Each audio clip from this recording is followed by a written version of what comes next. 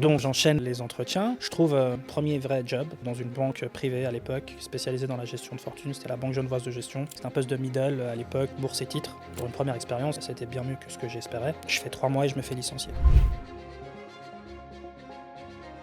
Je m'appelle Zied, j'ai 39 ans, je suis papa de 2 enfants. Je suis né à Genève, je suis suisse. Je suis entrepreneur, j'ai plusieurs entreprises, notamment à Genève, depuis maintenant près de 10 ans. En tout cas en Suisse, je ne sais pas comment c'est en France, mais les ressources humaines, quand ils t'établissent un certificat de travail, ça peut paraître un bon certificat, alors qu'il y a des tournures de phrases et des codes qui laissent sous-entendre que ça s'est pas très bien passé. Et pourtant, quand on lit le certificat de travail, on a l'impression que c'est un très bon certificat. Nous libérons un tel, il a honoré ses engagements contractuels et nous lui souhaitons bonne continuation. Très mauvais certificat. Pourtant, tu le lis, tu te dis, mais c'est good, tu vois. Ok. Alors que non. Dans l'audience, il y en a qui sont résidents suisses. Est-ce que tu peux expliquer un petit peu ce que c'est une coquille vide pour leur dire un petit peu quel est le principe? Parce que je sais que ça se fait encore.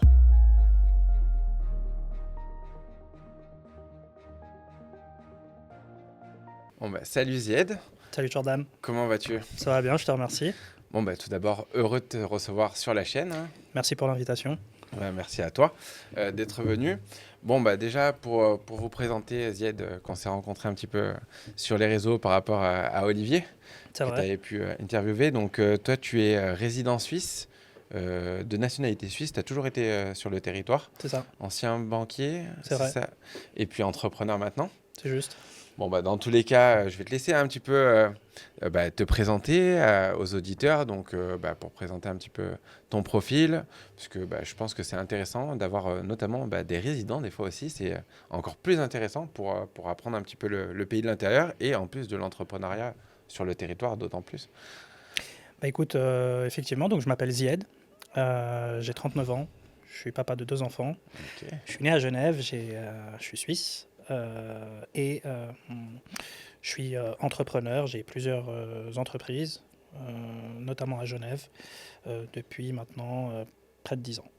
Ok, ça fait J'ai effectivement un parcours bancaire, j'ai évolué longtemps dans le domaine bancaire jusqu'en 2016. Ok, donc plus ou moins plutôt intéressant.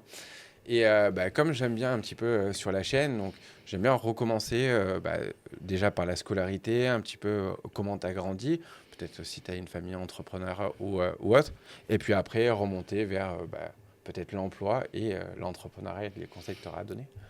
Mon parcours scolaire, écoute, mon parcours scolaire classique, atypique, je sais pas, mais une école de commerce en tout cas, Ok. pour aller droit au but. Euh, Après mon école de com, donc je fais une école de commerce à Genève. C'est vrai qu'à la fin de mon école de commerce, donc moi j'ai pas un parcours académique très exhaustif. Euh, Ce que je fais, c'est qu'à la fin de mon école de commerce, c'est vrai que la majorité des gens se ruent sur le marché de l'emploi, Mhm. puisque c'est l'objectif de cette formation, d'être rapidement employable.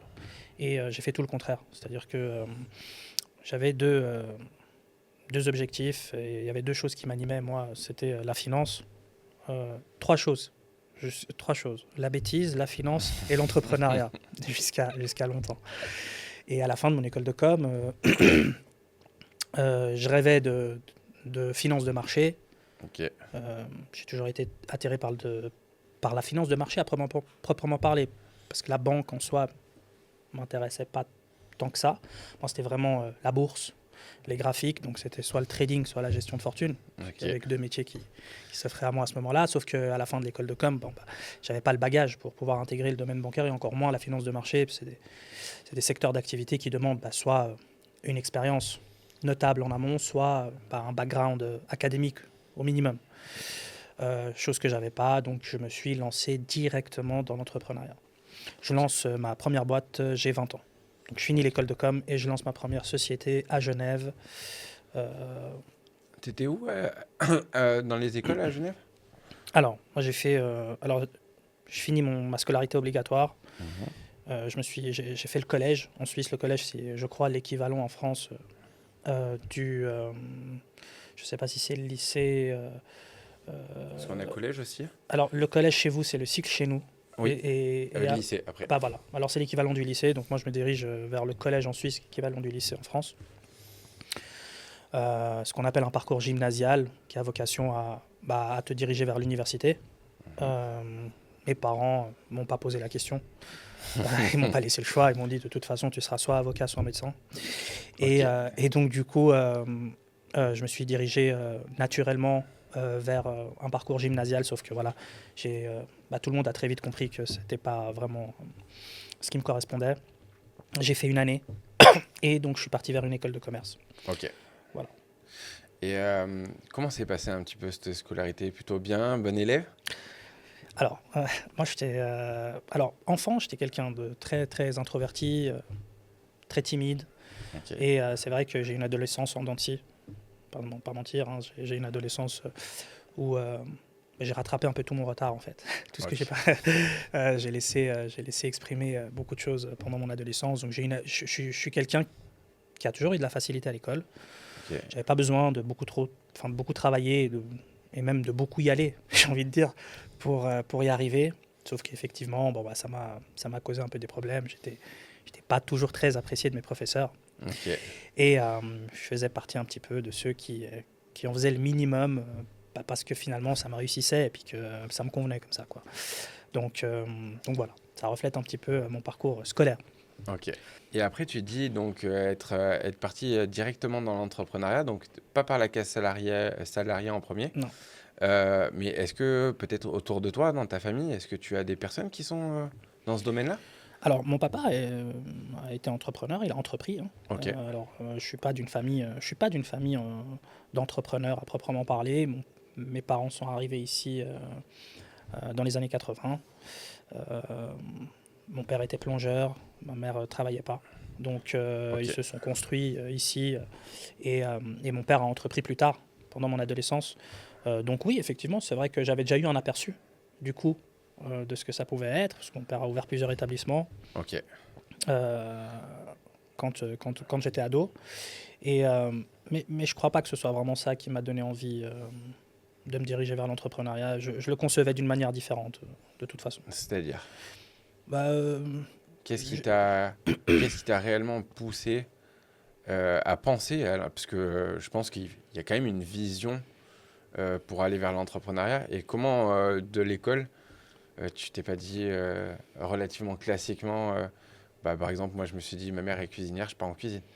mais honnêtement, pour pas faire de longs discours, j'ai toujours, je crois, j'ai toujours eu envie d'entreprendre. Je me rappelle encore que même ado, mais genre très jeune, j'étais déjà en train d'essayer de chercher des moyens Ok. de faire venir de la sape de l'étranger pour la revendre. Je me rappelle de l'arrivée d'Internet.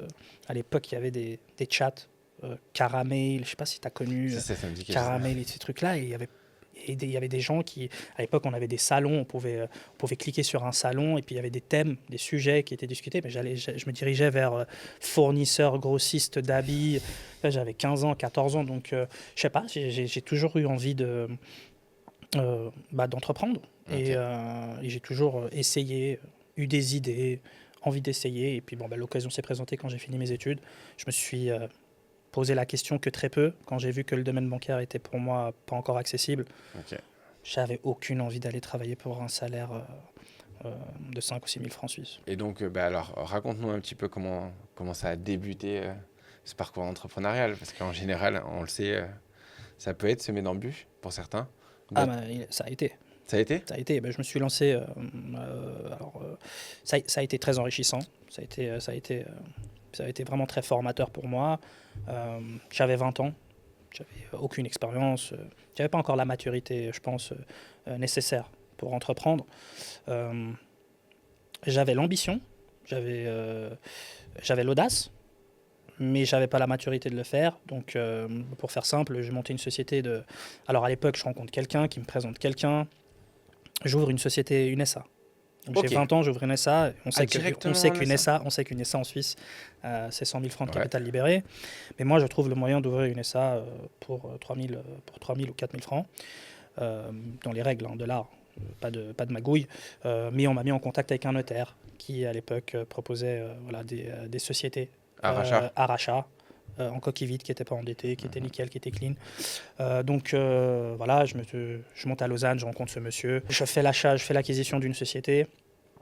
Je savais même pas trop ce que j'allais en faire, je te dis honnêtement. Je n'avais même pas de business model. Je me suis dit, on va faire du marketing, on va faire de la vente.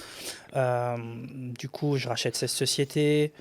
Je rencontre quelqu'un qui me dit, mais tu sais, tu peux faire des partenariats avec des grands opérateurs téléphoniques, devenir représentant. Et puis pour chaque abonnement que tu vends, tu es commissionné. Donc je monte à Thun, ou à Zug, je ne sais plus. Je traverse la Suisse tout seul avec mon Opel Corsa. Et je vais rencontrer le directeur général d'un très grand opérateur suisse à l'époque. J'avais rendez-vous, je rentre et je lui dis voilà, je veux vendre des abonnements, j'ai une boîte. Donc il m'a regardé un peu comme ça, tu as de l'expérience, j'ai dit non. Donc voilà, j'ai réussi à repartir avec un contrat de partenariat. Okay. Je rentre à Genève, je suis tout seul, je dis bon, il faut que j'engage des commerciaux. Donc j'engage des commerciaux, je mets des annonces. J'engage 4 commerciales et je monte une équipe. J'avais pas de bureau. Et on vend des abonnements de téléphone et on se voyait tous les matins à la gare pour boire le café. Et je dispatchais les quartiers et on allait au porte-à-porte. Okay. Et ça a plutôt pas trop mal fonctionné pendant un an. Sauf qu'après, j'ai été rattrapé par la réalité, c'est-à-dire l'administratif, la fiscalité, le SAV, les refunds, parce qu'il n'y avait pas de suivi, etc. etc. Est-ce que tu pourrais expliquer, donc, parce que dans l'audience, en fait, il y en a beaucoup. Il y en a qui sont résidents suisses, il y en a qui sont nouveaux frontaliers ou nouveaux résidents, du moins qui veulent venir vers ces statuts. Est-ce que tu peux expliquer un petit peu ce que c'est une coquille vide Oui. Parce que moi, j'en ai déjà entendu parler. Et d'ailleurs, c'est pas si vieux que ça, déjà. Mais pour leur dire un petit peu quel est le principe, parce que je sais que ça se fait encore. Oui, ça se fait encore. C'est des sociétés qui ont été constituées, qui ont été libérées de par le capital. Et qui sont restés en veille, tout simplement. C'est-à-dire que la personne qui a... Alors, je ne suis pas expert en fiscalité, mais c'est souvent les avocats et les experts comptables qui vont être à l'origine des créations de ces coquilles vides, puisqu'ils maîtrisent très bien le process fiscal, législatif, etc. Donc, ils constituent une société. Ça peut être soit une constitution de société, soit même des fois, on trouve des sociétés en difficulté. La personne veut s'en débarrasser, on la rachète, elle a un peu de dette, on va payer toutes les dettes de la boîte, on va la remettre à zéro, puis on va la mettre de côté au chaud jusqu'à ce que quelqu'un veuille bien la racheter. Et puis effectivement, ça permet de racheter une société qui a été constituée avec 100 000 francs de capital libéré. Alors effectivement, tu la rachètes coquille vide, c'est-à-dire qu'il n'y a pas l'argent, mais tu la rachètes pour un montant... qui devient du coup accessible, 4, 5, 6, 7, 8 000. L'avantage de ça, c'est que tu peux racheter des sociétés avec de l'ancienneté. Et ça, c'est vrai que c'est très recherché, dépendamment du secteur d'activité dans lequel tu es. On aime bien mettre, je ne sais pas si tu as déjà vu, existe depuis 2000, depuis 2005, alors que le mec il l'a acheté il y a un an, mais ça permet de racheter des sociétés avec de l'ancienneté. Et puis surtout, ça permet de racheter des SA avec, à quelques milliers de francs. Donc voilà, pour le coup, c'est ça le principe. Et donc, alors pour repartir, parce que j'aime bien leur mettre des petites parenthèses pour qu'ils découvrent un petit peu la Suisse, mais pour repartir, toi, tu es parti sur la SA juste parce qu'elle s'est présentée à toi? T'as pas pensé à l'ARI, la SARL avant Je suis parti vers la SA parce que je voyais tout en grand. Je voyais déjà tout en grand et je me voyais déjà riche et millionnaire. Et ma question s'est même pas trop posée. Ce monsieur, c'était donc un expert comptable qui proposait des SA et des SARL. La différence entre une SARL et une SA à l'époque était vraiment, on parlait de quoi, je sais pas, 2000 ou 3000 francs de différence. Et la question s'est pas posée. Je me suis dit, tant qu'à faire, je me dirige directement vers une SA. De toute façon, dans quelques mois, j'aurai plus de problème d'argent. Ok. Et du coup, pour revenir un petit peu sur cette entreprise, donc tu dis que tu t'es fait rattraper un petit peu par tous les problèmes administratifs. Et alors, comment t'as géré ça Comment j'ai géré ça? J'ai très vite compris que... Alors, déjà pour le coup, je perds mon contrat de partenariat après environ un an. Ça a duré un an et demi, je ne saurais pas te dire. Et donc du coup, je me suis retrouvé avec une société. Alors j'ai commencé à me dire qu'est-ce que je fais, est-ce que je relance un autre projet ou est-ce que je laisse tomber. Et donc du coup, je me sépare de mes commerciaux. je perds mon contrat de partenariat et je mets la société en, en liquidation, Ok. tout simplement. Et puis je pars en Australie apprendre l'anglais. Ok. Parce qu'à l'époque, je parlais pas un mot d'anglais. Ok. Et moi, j'ai une petite question encore par rapport à cette entreprise, mais comment, par quel biais, par quelle méthode tu as recruté tes premiers salariés?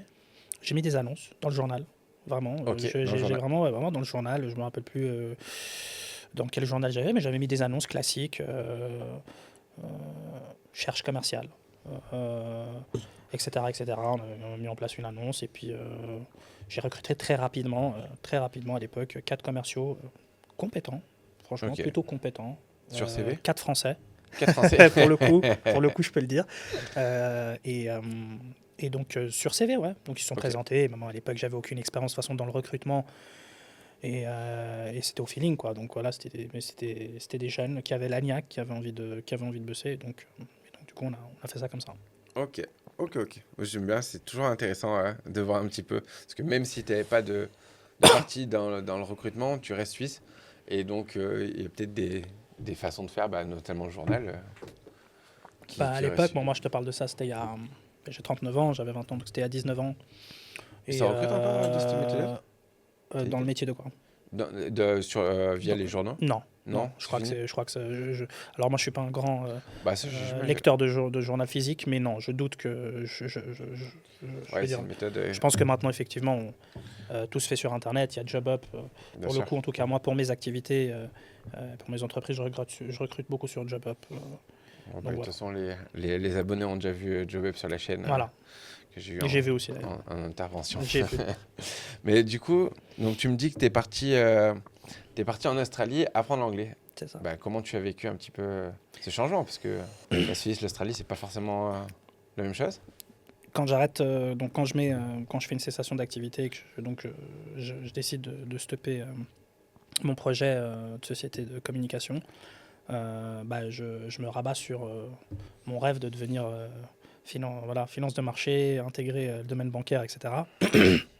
Il me fallait l'anglais, ça c'était déjà la première carte.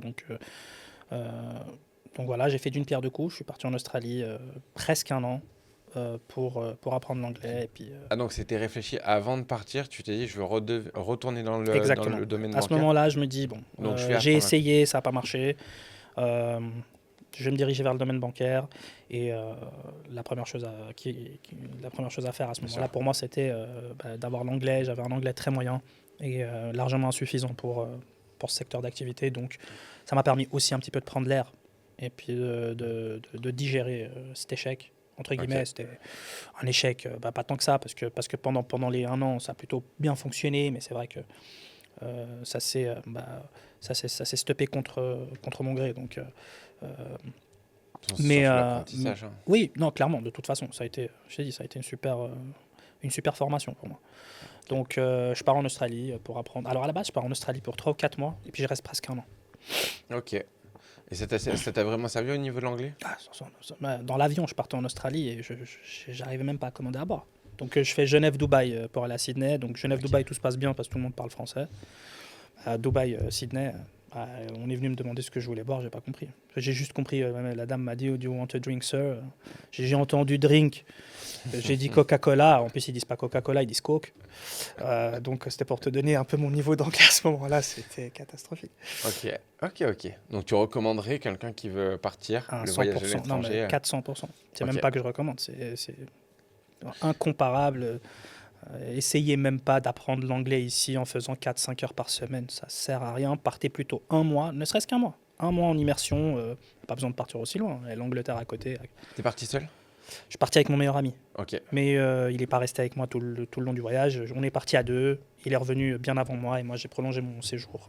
ouais, parce que j'allais Je dire suis resté moi, seul là-bas longtemps. ouais, voilà, parce que j'allais dire partir avec quelqu'un. Là, le cerveau va vite chercher la Ouais, facilité. ça m'a permis d'y aller, surtout que putain, l'Australie c'était vraiment à l'autre bout, quoi. Donc Et du coup, t'as travaillé là-bas ou pas du tout? non, non, non, Non? très peu. Très Très peu? peu, vraiment Ok, très peu. J'avais prévu un petit peu de dépenses. J'ai mes parents qui m'ont aidé ok, un petit peu. Et puis voilà. J'ai tenu le coup comme ça. ok. Et du coup, alors comment ça s'est passé, le retour, parce que t'avais un objectif? Bah, le retour a été très, très compliqué, parce que quand on fait 1 an en Australie, revenir ici, c'est pas simple. Là-bas, ouais, t'étouffes, hein. Tu t'habitues vite à l'environnement. Mais sur le plan professionnel, effectivement, je reviens. Alors, en vérité, je voulais rester en Australie pour passer un bachelor. Donc, quand je suis revenu, j'étais encore mitigé à l'idée de retourner en Australie. Donc, voilà, je reviens en me disant, bon, qu'est-ce que je fais? Enfin, je me lance, j'essaye d'intégrer le domaine bancaire. Ou est-ce que je retourne en Australie? Et là, pour le coup, je retournais pour 2 ans, passer un Ok. bachelor. Et la réalité, c'est que la réalité te rattrape, tu es ici, et puis l'idée de repartir, du coup, te décourage un petit peu. Ok. Et je me dirige vers une formation bancaire. C'est-à-dire, Une formation bancaire, donc je passe un diplôme en opération bancaire. tu sais comment, par quel biais, du moins, comment Alors, il y avait un centre de formation à l'époque qui avait été certifié et puis qui avait lancé un nouveau programme de formation, Ok. 100% bancaire, et pour le coup, accès pratique, qui s'appelle Acquire. Ok. Ça venait d'être lancé à l'époque où moi je reviens d'Australie. C'est un centre de formation qui existe toujours, je crois, hein, et puis qui fonctionne très bien, que je recommande d'ailleurs. C'est alors combien de temps la formation justement? Alors ils ont plusieurs modules, plusieurs diplômes. Pour le coup, j'avais fait une formation accélérée en 4 ou 6 mois, je me rappelle plus. 4 ou 6 mois en accéléré, intensif. Donc tu mets tout de côté pendant 4 ou 6 mois et puis tu cravaches. Puis surtout, bon, bah, voilà, moi je venais d'une école de com, mais le domaine bancaire, concrètement, je le connaissais à la télé. Je le connaissais pas réellement.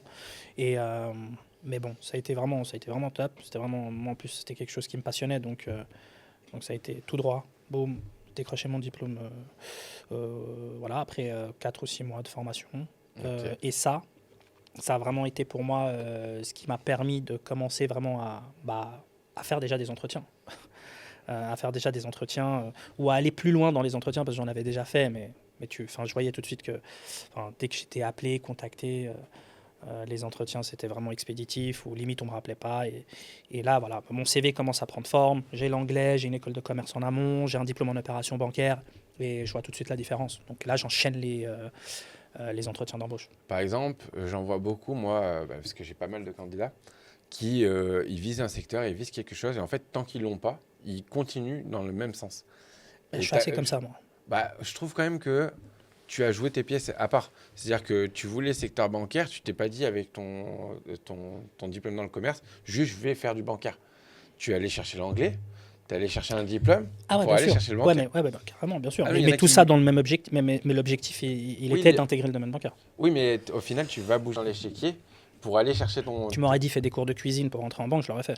Oui, voilà, c'est ça. Mais il y en a, justement, et c'est là où je trouve ça intéressant, c'est qu'il y en a, ils vont dire, ils sortent de commerce, ils vont dire, je veux rentrer dans la banque, ils vont postuler en banque tout le temps, mais ils vont pas se dire, je vais commencer à faire mon CV, du moins à remplir mon CV, à avoir Ah ouais, non, l'anglais, à clairement. faire une formation, alors que des fois, là, une formation de 4 à 6 mois, Mm. en accéléré, notamment la Suisse, est quand même, je trouve, un pays très propice pour les formations C'est vrai. accélérées. C'est vrai.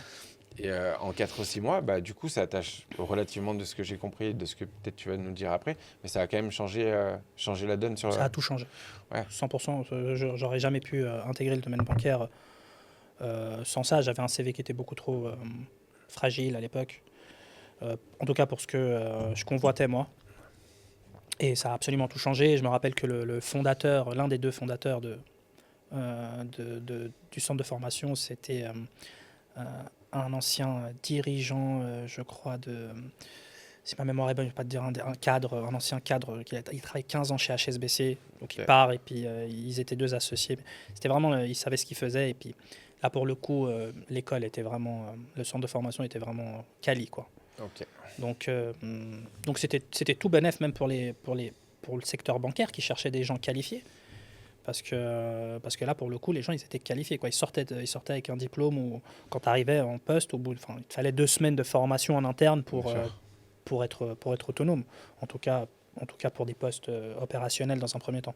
Et du coup, après, comment s'est passé un petit peu? Comment tu as trouvé Alors après, pour le coup, tes dans les journaux? donc j'enchaîne les entretiens. Je vois que ça commence un petit peu à prendre forme, et effectivement, je trouve mon premier vrai job dans une banque privée à l'époque, spécialisée dans la gestion de fortune. C'était la Banque Genevoise de gestion.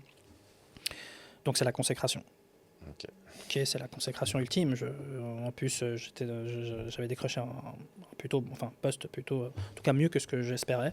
C'était un poste de middle à l'époque, bourse et titres. Donc vraiment, on avait des responsabilités. Et puis pour une première expérience, c'était bien mieux que ce que j'espérais. Je fais 3 mois et je me fais licencier. Donc, ça a été la douche froide pour moi. Et déjà, comment tu l'as trouvé ce poste? Par quel... Alors, effectivement, j'ai eu une personne qui m'a mis en relation. Donc, elle a su que j'étais, après avoir appris que j'ai été diplômé du centre de formation Accor, elle m'a dit attends, je crois que je vais te mettre en relation. Je connais la directrice de la Banque genevoise de gestion. Je crois qu'elle cherche quelqu'un. C'est une banque qui a très peu. C'est une banque taille familiale, Ok. très private. Vraiment, c'est pour ce qu'on appelle des clients ultra high net worth. Ok. Ils géraient beaucoup la clientèle russe. Et d'ailleurs, les locaux étaient pas loin de l'église russe. Pour le coup, je ne sais pas si c'était une coïncidence ou pas. Et donc, j'ai été mis en relation comme ça, simplement. Donc le réseau. Voilà, le réseau. Mais là, pour le coup, il y avait vraiment un poste d'ouvert. Mais simplement, on m'a dit, écoute, envoie ton CV là. On va en toucher un mot. Ils ont touché un mot. J'ai été reçu en entretien. J'ai été engagé. J'ai fait un peu moins de 3 mois. J'ai été licencié. Et alors? Et bien alors, ça m'a permis, ça a été vraiment, je pense que ça a vraiment été pour moi une des plus grandes leçons, parce que ça m'a permis aussi un peu de me remettre les pendules à l'heure. Et j'ai vite compris que c'était un secteur d'activité qui était très exigeant. Je voulais tellement faire ça qu'il y avait 2 solutions qui s'offraient à moi. C'était soit je laissais tomber, soit je redoublais d'efforts et puis je devenais vraiment pragmatique. Et pour pouvoir faire quelque chose dans le secteur bancaire, en tout cas en Suisse. Donc du coup, j'ai opté pour la deuxième. Je ne suis pas du genre à laisser tomber. Et puis, j'avais pas non plus 36 solutions qui s'offraient à moi à ce moment-là. J'avais déjà entrepris beaucoup trop de choses pour laisser tomber. Donc du coup, ça m'a permis vraiment de me structurer. Donc je continue mes recherches. Okay. Et je suis engagé au Crédit Suisse. Je suis engagé au Crédit Suisse à l'époque, et donc du coup, pour le coup, ça aussi, ça a été une superbe expérience. Alors, pour le coup, tout se passe bien. Je fais à peu près 1 an et demi au CS à l'époque, dans un département back middle. On proposait des produits, des packages de produits financiers pour un certain type de clients. Bon. C'était surtout pour moi l'occasion d'emmagasiner beaucoup et puis de peaufiner mon CV. C'était pas vraiment ce que je convoitais dans le domaine bancaire, mais c'était une superbe opportunité pour moi. J'ai rencontré beaucoup de monde, j'ai beaucoup appris. C'était très suisse-allemand pour le coup. Okay. Donc, tu sais, les Suisses-allemands, c'est comme ça, c'est carré. Moi, j'étais pas très carré, j'étais un peu rectangulaire. Et donc, du coup, ça m'a vraiment structuré encore plus. Je comprends très vite que si je veux aller là où je veux, c'est-à-dire finance de marché, ce qu'on appelle les départements front office, gestion de fortune, etc., c'est toujours pas suffisant. Donc, en alternance, je me dirige vers ce qu'on appelle un Certificate International Wealth Management. C'est l'équivalent d'un brevet en gestion de fortune. C'est vraiment diplôme de référence européen, un des diplômes de référence européens dans le wealth management, donc dans la gestion de patrimoine, la gestion de fortune. Et donc je travaille à plein temps, je suis employé fixe chez Crédit Suisse. Je demande à ma hiérarchie de m'alléger une demi-journée pour que je puisse entreprendre cette formation. Et j'y vais, donc je paye une fortune, ça coûtait super cher, je me rappelle plus, mais ça coûtait super cher de faire cette formation, je me rappelle. Ça, je me suis saigné pour la payer. Et pendant que je faisais cette formation et que je travaillais au Crédit Suisse, je postulais dans les autres banques parce que je voulais absolument faire de la gestion de fortune. Ok. Donc, au Crédit Suisse, déjà, comment tu l'as eu, ce poste? En postulant.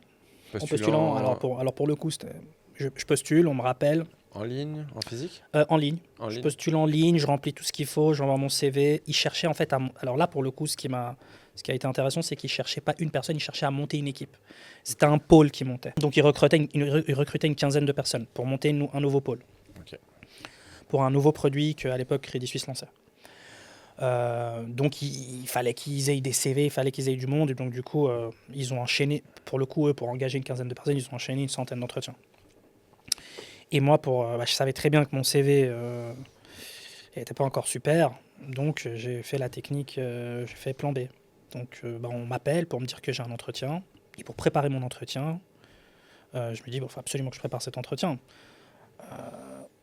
Et pour me démarquer des autres, du coup, j'ai investigué, j'ai fait le client. Donc j'appelle la banque et je fais comme si j'étais intéressé par ce produit qui était sur le point de lancer. Et donc, du coup, je me fais passer pour un client et je suis pris en charge par un conseiller. Et puis, je fais tout le process et je vais jusqu'à la validation où je fais croire au conseiller que je vais prendre le produit, que je vais ouvrir un compte chez eux. Et ça me permet en fait d'avoir toute la structure du produit. Et puis, du coup, pendant l'entretien, quand il me dit, mais est-ce que vous savez un petit peu ce qu'on fait? Vous connaissez un petit peu le produit? Je dis, bah oui, je le connais. Je le connais même très bien. Parce que pour le coup, j'avais... Et puis, à la fin de l'entretien, il me dit, mais ouais, vous êtes plutôt bien renseigné. Vous êtes client ou vous avez quelqu'un, vous connaissez quelqu'un qui est client chez nous? Et je dis non, je lui avoue en fait. J'avoue au recruteur, je lui dis écoutez, pour venir ici, pour venir à l'entretien, j'ai fait ça. Puis il sourit, il me dit vous êtes engagé. Donc, et puis pour le coup, à chaque fois, ce monsieur, j'ai oublié son nom, c'est un nom suisse-allemand imprononçable, mais pour le coup, quelqu'un de très gentil. À chaque fois qu'il passait dans les couloirs, il disait ah, le petit malin. Bah oui, c'est comme ça que j'ai mon poste au CS, quoi. Et après, du coup, tu dis que tu as fait 1 an et demi là-bas? Ouais, à peu près 1 an et demi. Donc j'attaque mon brevet. Et entre-temps, je postule. Et je suis rappelé par beaucoup de banques, mais il n'y a pas de suite. Jusqu'à ce que j'ai postulé chez UBS. J'avais été reçu en entretien chez UBS, il n'y a pas eu de suite. L'entretien n'a pas donné suite. 6 mois après, j'ai vu un poste dans une annonce. Donc, je suivais de près les annonces et les postes ouverts dans toutes les banques pour lesquelles j'avais postulé. Et là, je vois qu'il y a un poste qui s'ouvre chez UBS en gestion de fortune internationale, donc sur les desks internationaux. Et là, pour le coup, c'était sur en plus les marchés du Moyen-Orient et du Proche-Orient. Et puis moi, j'avais cette carte à jouer, puisque voilà, je parle très bien l'arabe. Okay. Et donc, je rappelle la directrice des RH. C'est moi qui appelle, du coup, en disant bonjour Madame X, Madame Ruffer pour le coup. Et je dis comment allez-vous, ça va, se souvenez de moi. Je dis voilà, écoutez, je vois qu'il y a un poste et sans prétention, je pense que ça correspond à ce que je recherche, à mon profil. Elle me dit ah bon, montrez-moi, donnez-moi la ref. Elle lit l'annonce en même temps que moi dans l'internet, dans le système intra de UPS. Et elle me dit ah ouais, carrément, ça pourrait vous correspondre. Vous savez quoi, je vous rappelle dans 1 heure, je vais envoyer ça plus haut au desk-head. Donc voilà, ça s'est fait comme ça. Puis fil en aiguille, je suis recontacté. Je fais un premier entretien, deuxième, troisième, je crois quatrième. Et après, j'ai été engagé. Ouais, parce que l'UBS, ils ont quand même un processus de recrutement relativement long. Les banques. Mais alors, plus les banques sont grandes, plus les process sont longs. Ok. Ils sont pas plus rigides, mais plus longs. Ouais, parce qu'il y a pas mal d'étapes, j'ai l'impression. C'est très parce qu'en fait, ils ont une hiérarchie très décomposée. C'est vraiment très hiérarchisé. Les grandes banques, c'est le directeur, le sous-directeur, le directeur adjoint, le desk head, le PDG, le colonel, le commandant. Et il y a 14. Okay. Donc c'est pour ça que effectivement, ça fait beaucoup. Et du coup, tu as été embauché chez... Du coup, pendant que j'étais chez Crédit Suisse, je suis engagé chez UBS. Okay. Donc je fais tous mes entretiens. C'est le parcours du combattant. Là, j'ai rencontré tout le monde. Et quand je reçois la réponse d'UBS, on me rappelle pour me dire c'est bon, vous êtes engagé. J'appelle mon boss chez Crédit Suisse. Il savait que je voulais faire autre chose. Il savait que je faisais ma formation, que je passais mon brevet. Donc ça ne l'a pas étonné. Je lui ai dit voilà, pour être honnête avec vous, j'ai une proposition chez UBS, gestion de fortune, etc. J'aimerais non seulement partir, mais j'aimerais partir plus tôt pour pouvoir intégrer. Il m'a dit, il n'y a pas de problème, Siet, alors avec grand plaisir. Et puis vous leur dites de m'appeler pour les recommandations. Et donc du coup, ça s'est fait comme ça. Donc voilà, il a été super smart, qui m'a libéré, il m'a fait un super certif. On l'a callback, il a dit, mais c'est quelqu'un de génial et tout. Puis pour le coup, ça a beaucoup joué, quoi. Est-ce que le certif, ils te l'ont demandé à l'UBS ? Non, parce qu'ils ont fait la ref. D'abord, ils étaient très pressés d'engager. Donc, ils n'ont pas attendu que le certif se fasse. Et puis, ils ont callback pour prendre la ref. Et puis, pour le coup, la ref était bonne. Et puis, Alors pour ceux qui ne savent pas aussi, je bien dire, parce que nous en France, on n'a pas ces certificats, c'est la lettre de recommandation. ouais, Mais pour ceux qui ne savent pas, le certificat de salaire en fait est fourni après l'emploi en Suisse et va faire soit une éloge, soit tout le contraire c'est vrai. sur le salarié C'est juste. au sein de l'entreprise. Donc notamment là pour le Crédit Suisse, est-ce Ouais. que tu as bien travaillé ou est-ce que tu as mal travaillé? Exactement. Ce qui pourrait s'apparenter en France pour ceux qui sont français à une lettre de recommandation en fait, ni plus ni moins. Sauf que là c'est automatique après chaque emploi. C'est obligatoire. Voilà. Alors que nous, en France, il faut la demander, la lettre de recommandation. Donc, notamment, demandez-les. Si vous arrivez de France et que vous n'avez jamais travaillé en Suisse, ça peut être un plus à les rajouter parce qu'eux auront l'habitude d'avoir directement des certificats de salaire.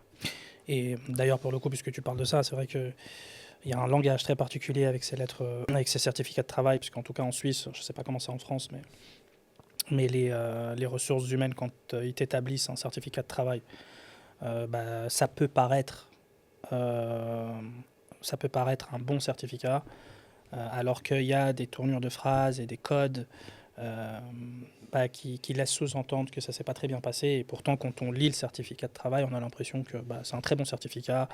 Nous libérons un tel, il a honoré ses engagements contractuels et nous lui souhaitons bonne continuation. Très mauvais certificat. Pourtant, tu le lis, tu te dis, mais c'est good, tu vois. Alors que non, tu vois, il faut, si à la fin, il n'y a pas la mention, nous le recommandons pleinement. S'il n'y a pas la mention au préalable qui dit nous avons été pleinement satisfaits, et il y a toutes ces codes et ces cheat codes. En tout cas, en Suisse, c'est comme ça. Et ça, c'est bien de sensibiliser les gens à ça parce que tu as le droit de redemander ton certificat de travail à ton employeur si tu n'es pas satisfait. Et il est dans l'obligation de t'en refaire un autre jusqu'à ce que vous trouviez le bon compromis entre ce que tu estimes avoir délivré et ce qu'il estime. Je sais que moi, pour mes candidats, c'est un autre fait. Mais moi, je sais que personnellement, j'ai jamais eu trop de problèmes parce que tous mes employeurs. Ils étaient super contents. Ouais. Ça m'étonne pas. Il y en a un. Non, il y en a un. C'est les boulangeries Pouilly avec qui c'était mal passé, mais ils ne sont pas sur mon CV. Okay. En fait, moi, c'est pas compliqué. S'il y a une expérience qui se passe mal, je la mets pas sur le Je pense CV. que c'est ce qu'il faut faire. Voilà. Je pense que si une expérience se passe pas bien, surtout si elle n'a pas duré beaucoup trop longtemps, Non, les 3 mois. Faut pas la mettre. Je pense que c'est Non, je mets le pas. meilleur moyen. Ça m'est arrivé 2 fois dans ma carrière. Pas trop de problème. Mais ouais, mais par contre, non, je le savais pas parce que vu que j'ai pas eu trop de problèmes, je sais que moi, c'était des trucs assez Ouais. flateurs. Ouais. Alors, Et puis vraiment, si tu sais pas ça, si t'es pas éduqué à ces notions-là, tu t'en rends pas compte, tu n'y vois que du feu. Tu as l'impression que ton certif c'est waouh, alors que pas du tout. qu'est-ce que tu pourrais conseiller à des gens qui voudraient justement être recrutés dans le système bancaire? Parce que tu as quand même réussi à rebondir quelques fois, 3 fois d'affilée, même si ça l'a pas fait la première fois. Alors là, pour le coup, ce qui est bien avec le domaine bancaire en Suisse, c'est qu'ils recrutent. Donc vraiment, pour ceux qui veulent y aller, il y a beaucoup d'opportunités. Ce que je peux recommander, c'est effectivement d'avoir un CV aligné. C'est-à-dire, c'est un domaine qui est vraiment... Après, ça dépend encore de ce qu'on veut faire en banque. Hein. Il y a des postes qui sont plus accessibles que d'autres.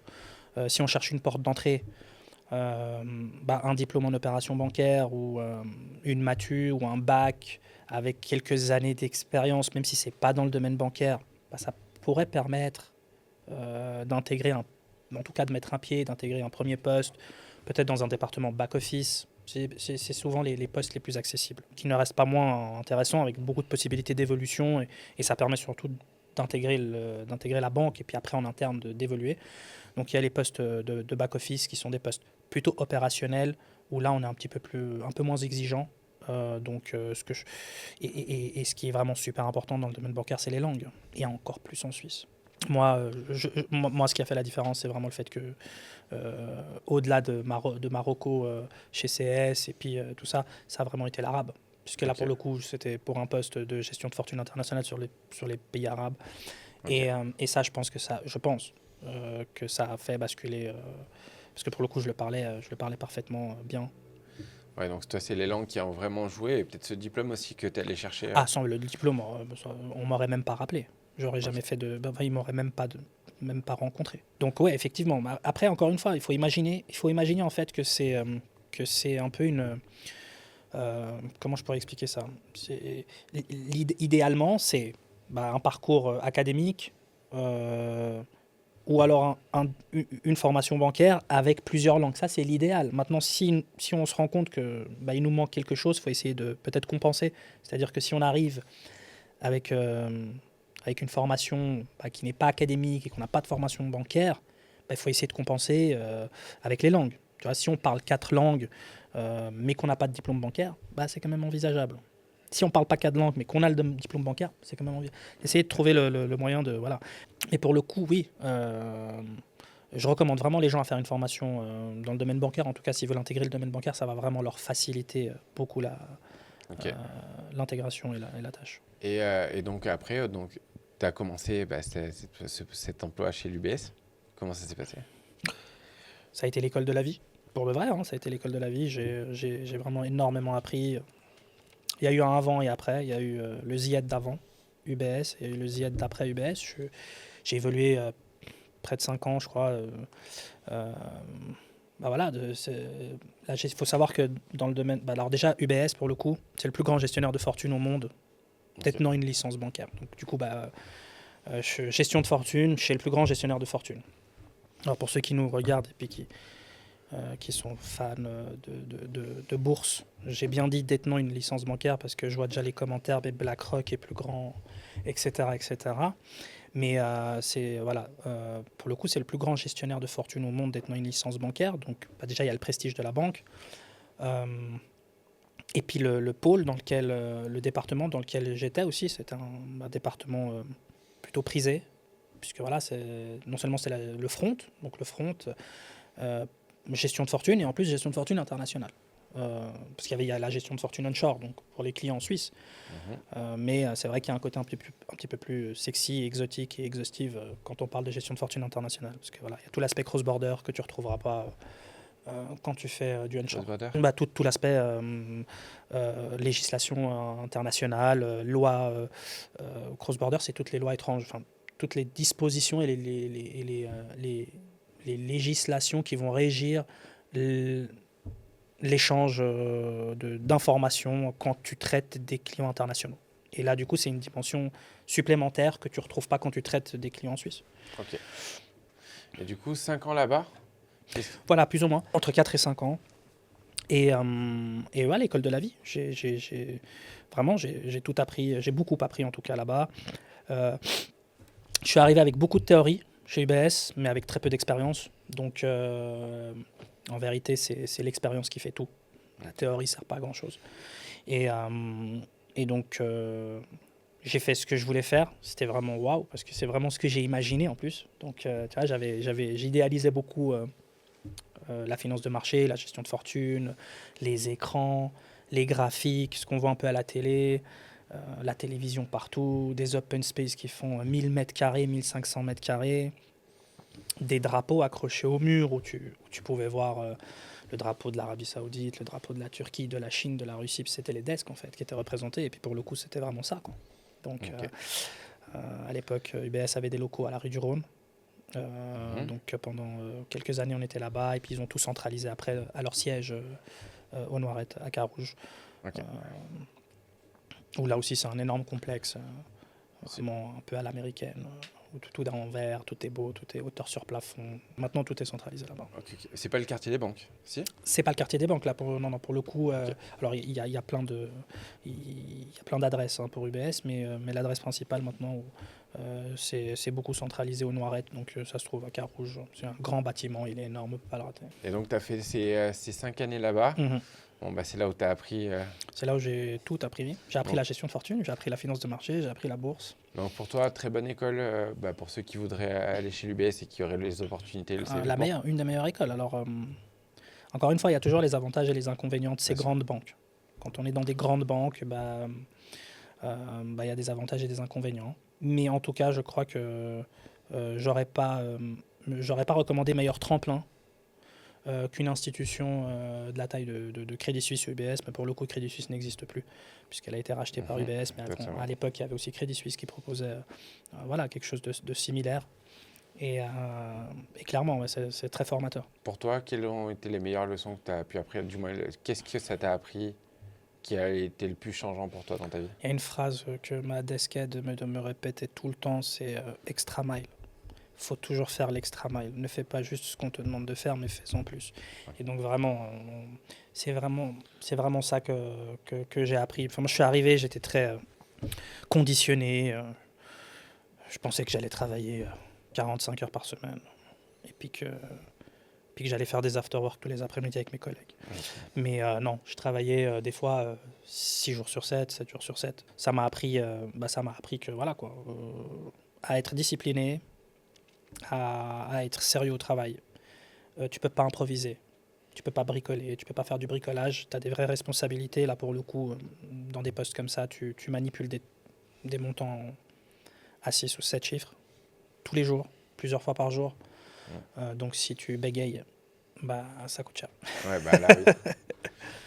Et alors, après ces fameuses 5 années, qu'est-ce qui s'en est suivi? Du coup, ça devait être aux alentours de 2016. Ça faisait à peu près là 7-8 ans que j'évoluais plus ou moins dans le domaine bancaire. Toutes mes expériences cumulées. J'avais fait presque 2 ans chez Crédit Suisse, presque 5 ans chez UBS, quelques mois à la Banque genevoise de gestion. Et puis c'est vrai que la question, je me suis retrouvé un petit peu à la croisée des chemins. À l'époque, je me marie. Ma femme tombe enceinte et donc je suis vraiment en mode qu'est-ce que je fais? Soit je trace tout droit et puis je lâche plus, c'est-à-dire vraiment je change plus de direction. Soit c'est maintenant tout de suite que j'arrête parce qu'après ça sera plus compliqué. Je crois que j'ai été rattrapé par mon envie d'entreprendre et je décide d'arrêter et de me diriger et de me mettre à mon compte. Donc directement, switch salariat, Ouais. entrepreneuriat. Ouais. Bah, quelque chose que je connaissais déjà un petit peu puisque j'avais déjà fait monter ma boîte et puis que j'avais déjà pris goût, même si ça s'est pas passé exactement comme ce que je voulais, mais effectivement là je me redirige, donc j'arrête, vraiment je décide moi-même Et d'arrêter. tu avais une idée en tête avant d'arrêter déjà? Pas du tout, j'avais Ah non, plein d'idées mais pas d'idées en tête. Ouais, il n'y avait pas d'entreprise définie avant de lâcher Non. le salariat. Non, c'était la course contre la montre pour moi, j'allais être papa dans pas longtemps, donc Donc tu as brûlé le il navire. fallait que je le fasse tout de suite parce que je savais qu'après ça allait être plus compliqué. Ah, un petit peu comme Olivier, du coup. Ouais, je sais, c'est pour ça que d'ailleurs quand tu Ouais, m'en as parlé j'ai souri. C'est pour ça, ouais, Ouais. là, quand tu dis ça, j'ai dit, ok, d'accord. Ouais. Donc brûler le navire, du moins le navire a brûlé. Ouais. Hop, on saute dans le tas. Et alors? Comment ça? Parce que c'est bien de se dire, je vais entreprendre, mais... Bah écoute, après, voilà, comme je te disais, donc c'est vrai que c'était pas très clair dans ma tête. Donc je fais un petit break de quelques mois et je commence un petit peu à cogiter et j'ouvre un premier commerce.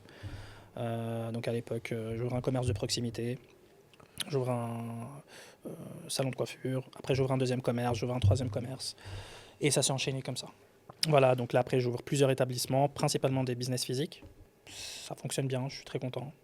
Et du coup, tu surtout à recrutes, l'époque. parce que t'es pas coiffeur. Ouais, exactement. Là pour le coup, ouais. Ah ouais, je suis vraiment pas. Ouais, non, du coup, pour le coup, je suis pas du tout coiffeur. et ça vaut mieux d'ailleurs pour mes clients.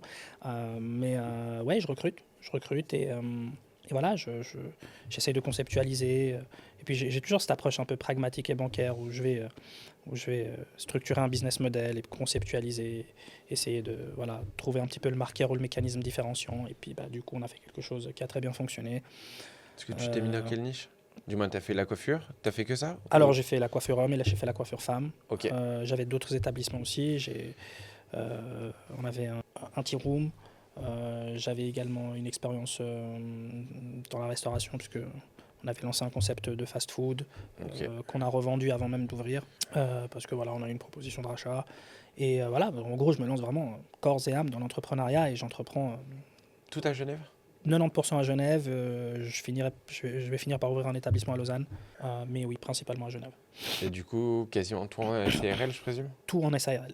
Ouais. Tout en SARL, mais franchement, maintenant, je sais pas s'il reste vraiment une réelle différence aujourd'hui, en tout cas à ce stade, c'est-à-dire quand on est commerçant ou quand on est une PME, la différence entre une SARL ou une SA, je sais pas. Alors, je suis pas fiscaliste, donc je vais pas non plus m'avancer, mais je crois pas que la différence soit vraiment notable. Elle devient notable à un certain niveau.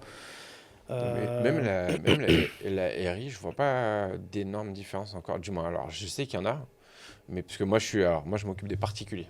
Ouais. Les entreprises, c'est pas mon domaine. Ouais. Je découvre moi-même au fur et à mesure. Parce que moi, je Je deviens bon formateur à partir du moment où je l'ai vécu.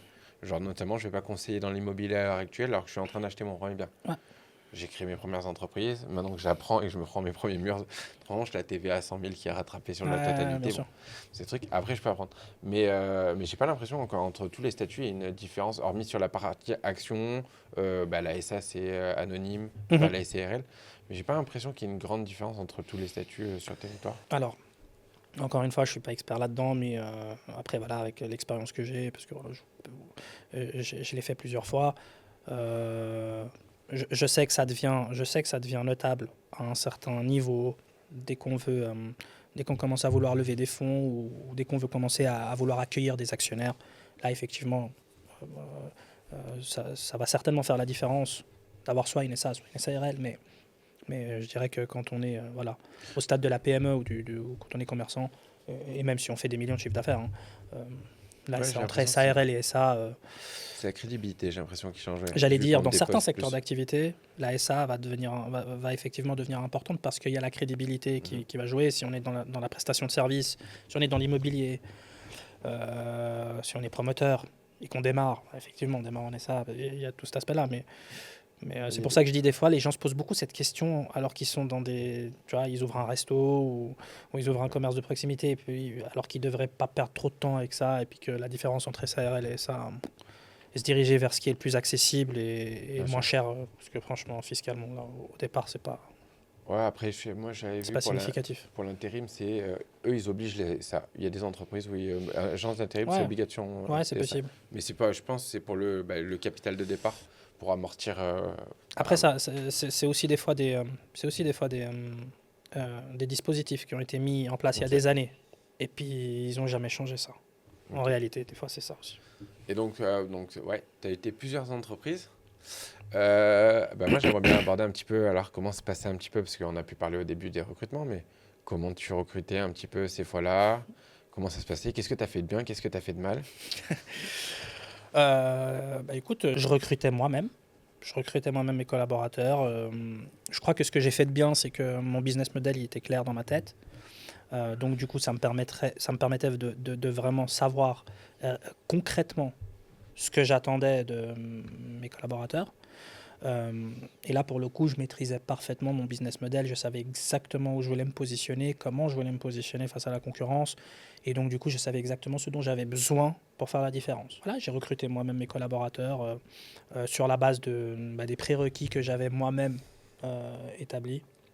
Via les sites comme Ouais, JobUp, tout ouais. ça, Ah oui, via les job carrément. boards Ouais, ou ouais. pas? Moi, c'est vraiment là, du LinkedIn, coup, non? non, très peu, non, vraiment job up et ça fonctionnait très bien. Ok. Ça fonctionnait très bien. Et là, pour le coup, effectivement, on se rend compte encore une fois que c'est majoritairement des frontaliers, mais avec qui ça fonctionne très bien, Oui, la donc la plupart du Suisse temps. recrutait déjà des frontaliers à l'époque. Oh oui, depuis, ouais, Et si c'est pas longtemps, ils nouveau. recrutent encore? Et de plus en plus, et je pense que ça va pas s'arrêter. Je Ok, pense que ça va ok, pas ok. s'arrêter. Non, mais c'est toujours bon à Ouais, voir parce qu'il y en a qui disent ça recrute plus, ouais. c'est pas l'Eldorado. Alors non, c'est pas Ah, l'Eldorado, ça mais recrute de plus en plus. Chaque année, on accepte de plus en plus de. Il y a de plus en plus de permis de travail qui sont délivrés chaque année. Donc c'est bien la preuve que. ouais, je pense que c'est juste que vu qu'il y a de plus en plus de candidats aussi qui viennent, de par les réseaux comme moi Bien qui se sûr. développent, parce que ça arrive fort fort derrière moi aussi. Mais je pense que du coup, ils peuvent se permettre d'être sélectifs Et il y et a de quelque chose choisir. qui est nouveau par contre. Il y a quelque chose qui est nouveau qui n'y avait pas il y a peu de temps, c'est cette niche Oui. du frontalier. Mhm. Je veux dire, il y a quoi, 6 7 ans en arrière, on voyait personne dire je suis spécialiste, expert et j'accompagne les. Bah non. Moi, quand j'ai démarré, il y en avait un, il y avait Loïc Bourget qui est parti complètement sur autre chose. Mhm. Là maintenant, on est. Ah Tous les non. jours, j'ai un compte qui s'abonne à mon Ah compte. ouais, C'est vraiment là, c'est massif ce qui c'est arrive derrière. incroyable. C'est Ouais. incroyable. Et donc, du coup, vous y êtes pour beaucoup aussi. Un petit peu, ouais. Vous y êtes Bon, pour après, beaucoup. au moins, la Suisse, elle peut sélectionner ses Non, mais profils, hein. carrément. Après, ça permet de démocratiser aussi la chose. Après, si c'est bien fait. Et puis et qu'effectivement, ça permet de cadrer l'arrivée parce que de toute façon, avec ou sans vous, ils viennent. Donc, tant qu'à faire, au moins qu'il y ait des professionnels aujourd'hui Et puis au moins, qui ils puissent ont les les accompagner. recommandations sur C'est vrai, l'intégration, sur toutes les choses avant. Après, il y en a qui veulent pas, c'est ils ça. viennent, ils se prennent un mur et repartent. Et Non, puis, non, clairement. Clairement. puis voilà. Mais du coup, ok. Et alors, comment ça s'est passé un petit peu ces entreprises? Parce que c'est bien de croître vite, d'avoir beaucoup d'entreprises dans des secteurs des fois différents. Ça se passe plutôt bien jusqu'au Covid. Ça se passe plutôt bien jusqu'au Covid. Business physique. Je pense que voilà, il n'y a pas besoin de faire un dessin. Euh, j'avais beaucoup de charges. J'avais une charge salariale très importante, puis une quinzaine d'employés. Donc tu sais que le SMIC à Genève, c'est le SMIC le plus élevé du monde. Donc quand tu as 15 employés, masse salariale dépasse le demi-million par année. T'as plusieurs établissements, donc j'avais plusieurs loyers. On a eu très peu d'aide. On a été très peu soutenu pendant le Covid. Il y avait vraiment cette période de flou, surtout au départ. On savait ni à quelle sauce on allait être mangé, ni combien de temps ça allait durer. On a été obligé de se rabattre sur le crédit Covid. Moi, personnellement, j'étais convaincu et certain que j'allais tout perdre à ce moment-là. Je voyais pas comment c'était pour moi peu envisageable que je puisse me relever voilà, d'une situation pareille. Et donc c'est à ce moment-là que vraiment... Alors pour le coup, on a survécu, tant bien que mal. Je me suis séparé de certains de mes établissements après le Covid. Ça m'a permis de me recentrer aussi surtout et de mieux encaisser l'après-Covid. Et c'est surtout à ce moment-là que je décide de me digitaliser et de sortir un petit peu du business physique. Ok. Parce que j'ai compris que c'était une erreur d'avoir... ouais, je pense que ça a été une erreur d'avoir d'avoir de cette focus que sur le business physique. J'avais, je pense, les compétences et les moyens et les opportunités d'entreprendre dans les deux, c'est-à-dire business physique et prestation de services, par exemple, ou business physique et digital. Et c'est vrai que je suis resté vraiment trop focus sur le business physique et ça a été, ça a payé cash. Ouais, c'est là où, de toute façon, je pense que ça a fait un nettoyage. Il y en a beaucoup qui se sont pas relevés, beaucoup d'établissements qui ont fermé. Ça, c'est- Et c'est pendant le Covid que je décide, donc voilà, je me dis, après le Covid, j'ouvre une société de prestation de services, j'essaie de me diversifier et je décide aussi de me digitaliser, voilà, et de monter donc un écosystème, un club qui est consacré à l'entrepreneuriat et à l'investissement, puisque c'est ce qui me passionne et c'est ce que je sais faire. Ok. Et ça fait partie aujourd'hui de mes activités. Donc, au niveau du digital, alors comment s'est passé tes débuts là-dedans? Parce que c'est bien le business physique, c'est un fait, mais business physique, business digital, c'est deux mondes différents. C'est deux mondes différents, c'est vraiment le cas de le dire. Et puis effectivement, il y a eu le choc des cultures qui s'est fait. Et moi, je venais du business physique et c'est vrai que ça va tellement vite. Tout va tellement vite que quand tu arrives dans le digital, surtout si tu n'en as pas fait et que tu n'es pas de cette école, que tu n'es pas de cette culture-là, tu te rends compte que tu es un dinosaure. Donc du coup, il fallait que je me remette à niveau. Donc je me suis beaucoup formé. J'ai investi beaucoup d'argent Ok. pour être mentoré, pour suivre des programmes de formation En vraiment ligne, en super physique? quali, en ligne et en physique. J'ai fait beaucoup de masterclass, mastermind, j'ai suivi des programmes vraiment voilà, pour pouvoir être à niveau. Tu recommandes? 100%. Enfin, pour moi, je ne conçois même pas personnellement, pour moi, c'est ma mentalité. Encore une fois, c'est une mentalité bancaire. C'est-à-dire, j'ai une mentalité très bancaire, même dans tout ce que je fais encore aujourd'hui. C'est-à-dire que je pars du principe qu'il faut investir pour récolter. Ok. C'est le principe de la bourse. Tu investis, tu récoltes. Dans le business, c'est pareil. Je conçois pas. Je pense qu'on peut y arriver seul, mais jusqu'à un certain niveau. Je pense qu'on peut y arriver seul jusqu'à un certain niveau. Mais tu peux regarder tous les grands, hein. Même Zuckerberg, même Jeff Bezos est mentoré et coaché pour son personal branding. C'était qui? C'était Tony Robbins qui forme Obama. Ah ouais. Il y a un truc comme ça, il me semble. Même Je Federer crois que avait c'est un coach. million. Même le coach de Federer joue pas mieux que lui au tennis. Et pourtant, il a un coach. Enfin, je veux dire, à un moment donné, si tu veux passer à l'étape d'après, si tu veux casser ce plafond de verre, alors je dis encore une fois, jusqu'à un certain niveau, à 100%, pour moi, faut se former et être accompagné à un moment donné. Et alors, comment, parce que du coup, toi qui t'es beaucoup formé, ça peut être intéressant, comment choisir un bon formateur? Là, effectivement, c'est vrai qu'il y a à boire et à manger. Et que là, du coup, pour le coup, c'est un travail de recherche, se faire recommander, demander à des personnes autour de soi qui sont déjà passées par là. Je pense qu'effectivement, ça permet d'économiser des sous, surtout, plutôt que de faire l'erreur de foncer tête baissée vers la première formation que l'on trouve. Mais en tout cas, il y a aujourd'hui des écosystèmes et des formations et des programmes d'accompagnement vraiment méga quali. Et il y a des gens vraiment très sérieux sur le marché Et je recommande à 100%. Je pense qu'il faut d'abord commencer par investir sur soi-même avant de vouloir investir tout court. Donc ouais, regarder autour de soi et peut-être regarder la crédibilité, du moins qu'est-ce qui l'en dégorge. Mais en général, un programme d'accompagnement ou un centre de formation, ou peu importe ce vers quoi on va se diriger, en général, s'il est quali, ça se sait. C'est-à-dire que c'est difficile de faire de la merde pendant longtemps sans que ça se sache. Donc si on cherche un petit peu, si on creuse un petit peu, si on ne se précipite pas, si on va regarder un petit peu ce que les gens disent, les avis, les machins, qu'on sonde un petit peu, qu'on enquête un peu, on a vite la réponse. Si on voit que c'est flou, si on voit que c'est ambi, si on voit que c'est un peu bancal, on laisse tomber. Il y a suffisamment d'acteurs sur le marché aujourd'hui pour pas prendre de risques. Oui, bah oui, de toute façon, dans tous les cas, on le sait, du moins, voilà. Ça se sait. Mais c'était pour voir un petit peu ta vision. Moi, je rejoins l'idée. De toute façon, déjà, de se former, c'est essentiel. De toute façon, comme je te disais tout à l'heure, j'en ai encore une à acheter le mois prochain de formation. Donc, et je pense que c'est à la limite, au contraire, quand on a un niveau plus novice, on a moyen d'acheter des formations 1000 euros, du moins, à aller moins cher. Et plus je pense on monte en niveau, et plus en fait, ça commence à coûter des vrais prix, puisque là, moi, je commence à être entre 5 et 10. Et puis après, quand on a passé le palier du dessus, en fait, on va payer 50 ou 100. Je voyais, il y avait un infopreneur, je ne vais pas dire qui c'est, mais un infopreneur très connu sur le marché francophone, je crois qu'il est dans le dropshipping, qui pour le coup fait beaucoup d'argent. Il génère des dizaines de millions, entre 10 et 20 millions de chiffres d'affaires par année, qui disait dans un podcast qu'il voulait un coaching avec Hormozy. Oui, ok. et du coup, il avait appelé spontanément, rentré en contact avec son équipe aux États-Unis pour savoir combien ça coûterait pour un coaching, mais à distance. Hein.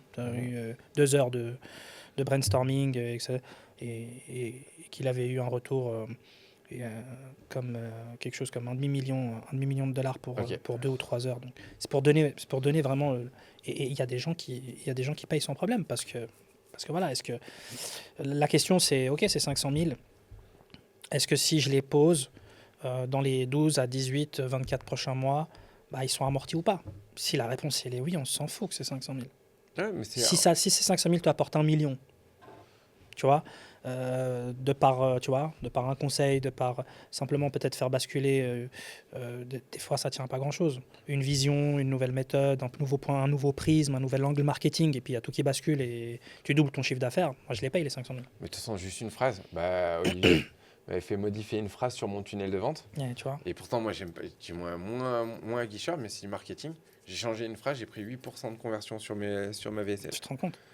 Une phrase. Tu te rends compte, 8% sur un chiffre d'affaires annuel, ce que ça représente. Tu as changé une phrase. Une phrase. Donc, bien sûr que... Moi, c'était le guide CV, les conseils des experts. On est passé à découvre comment j'ai gagné mes premiers 4 000 euros en moins de 90 jours. C'est une phrase. Pourtant, je suis moins aligné avec la phrase 2 qu'avec la phrase 1. Ouais.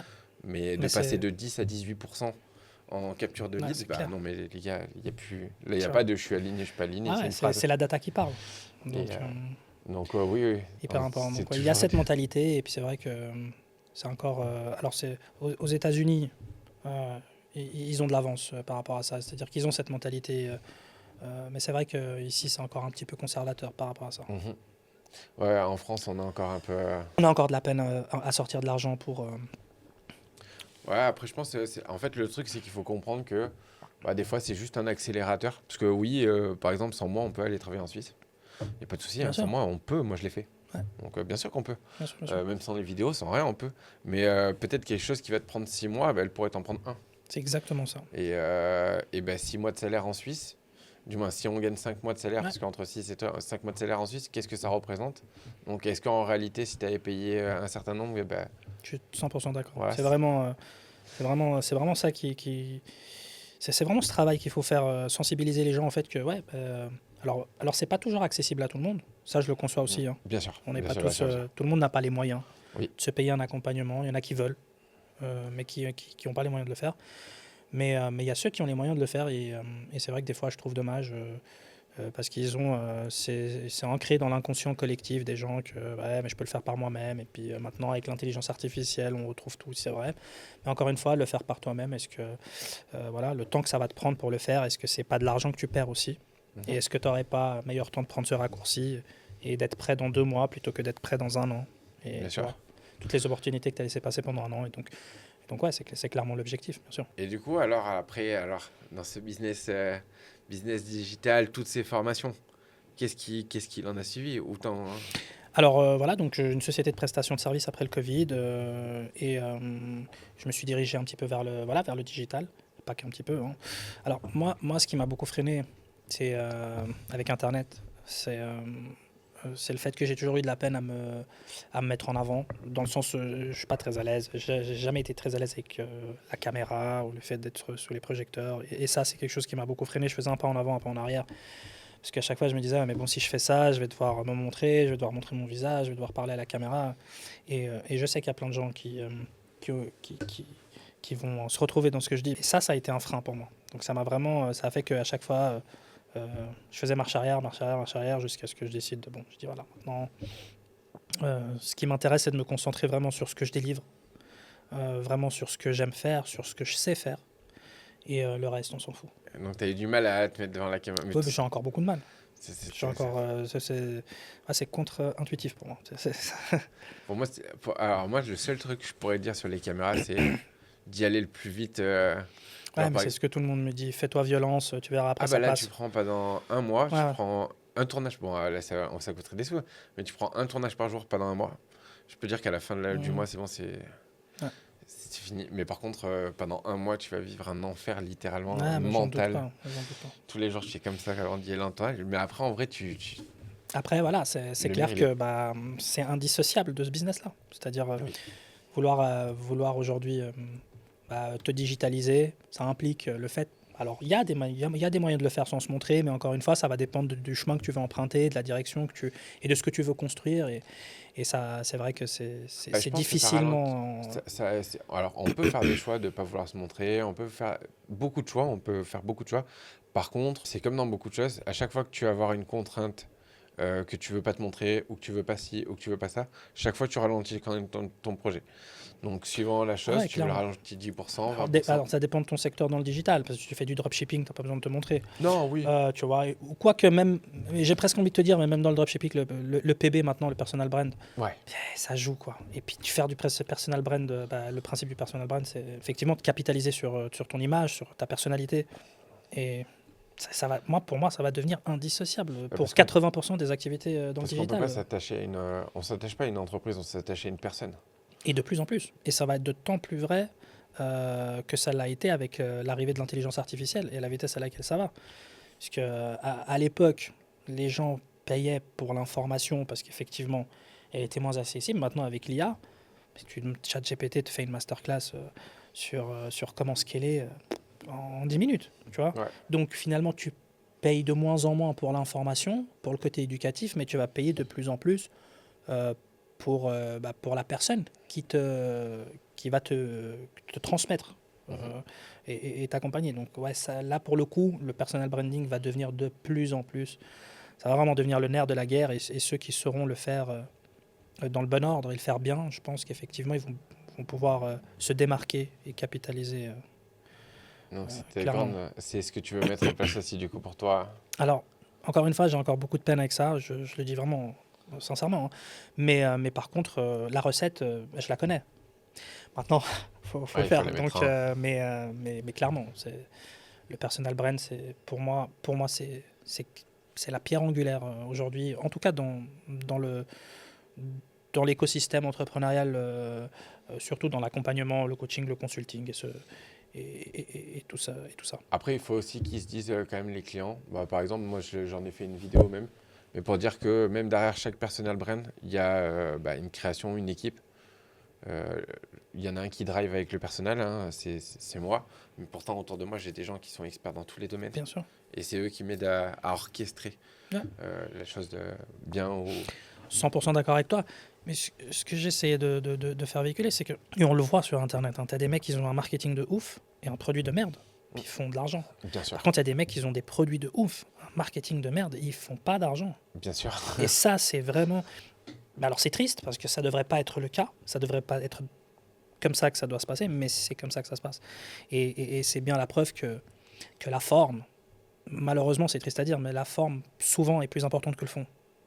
Et donc du coup le personal brand, sans que Alors je suis pas en train d'encourager les gens à s'inventer une image, Bien sûr, bien sûr. ouais, mais simplement, si on est conscient de ça, bah, ça permet d'être plus habile en tout cas. Ouais, mais après, je sais pas, comme on disait, quand tu as un produit de merde, de toute façon, au bout d'un moment, ça se sait. Ouais, Enfin, moi, je sais qu'on ouais, m'avait. mais tu as le temps de devenir riche. Oui, oui, oui, Non, oui. mais il y a des gens qui n'ont pas de scrupules et puis C'était qui qui? fonctionnent comme ça. C'était quoi qu'on m'avait sorti une fois? Tu vois, on m'avait dit, mais tu embauches pas tes élèves pour faire les choses? Alors je dis non, moi j'embauche des Suisses ou des Mhm. gens qui sont diplômés. Je dis je perds plus d'argent parce que c'est sûr que bah, ça me coûte pas 10 balles de l'heure, le Ouais. mec il est au bout de la France. Ouais. Truc, ça me coûte plus cher, mais par contre moi j'ai des gens qui sont experts de leur domaine et qui connaissent mieux que moi chaque domaine. Je dis ah ok, ok, ok. Je dis mais le truc c'est que si tu embauches, bah, notamment là j'en ai un en tête, mais qui est en train de se faire ramasser parce qu'il a trop de mauvais avis. Et le truc, c'est que bah, à terme, dans 10 ans, qu'est-ce qu'elle va être ta réputation? C'est Alors, je veux bien exactement qu'il y ait ça. des pots cassés, hein, tout le monde, du Ouais, mais moins. tu peux pas satisfaire tout le monde. Tu pourras Mais, jamais faire. mais il y a un moment donné, il faut avoir conscience aussi de ce Mais que tu essaies de effectivement, délivrer, quoi. ouais. Non, clairement, je suis totalement d'accord avec toi et ça, vraiment, je préfère aller moins vite. J'ai toujours fonctionné comme ça et rester et être là sur le long terme.